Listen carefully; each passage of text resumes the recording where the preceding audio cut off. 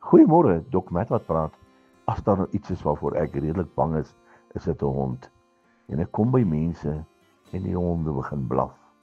Nou ja, noodloos om te sê, die eienaar sê, nee, die honde byt nie. Hulle blaf is baie, baie erger as hulle byt. Maar hy sê nog steeds byt. Dit maak my bekommernis dat hy sê erger as hulle byt.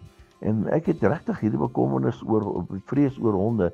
Maar aan die ander kant weet ek die Here het ook my nou al hierdie vrees van my al weggevat rondom dit. Maar ek is net baie versigtig. En nou sorg ek dat ek nie naby hierdie honde kom nie. Maar die hondjies kef. En toe ek uiteindelik later daar wegry, toe besef ek, hierdie honde se geblaf, dit was maar eintlik net 'n geraas. Hulle het net een groot baai opgeskop. En aan die einde van die dag werk die vyand ook maar net so. Die vyand kom en hy blaf en hy maak 'n geraas, hy maak 'n groot lawaai en eintlik is dit maar net 'n lawaai en hy beteken niks nie, want jy sien, as ons onder die beskerming van die Allerhoogste is, hou hy ons veilig, beskerm hy ons, draai ons deur, dan is hy vir ons 'n God van naby. So ek kan vandag vir u sê, die vyand kom partykeer met 'n groot geraas.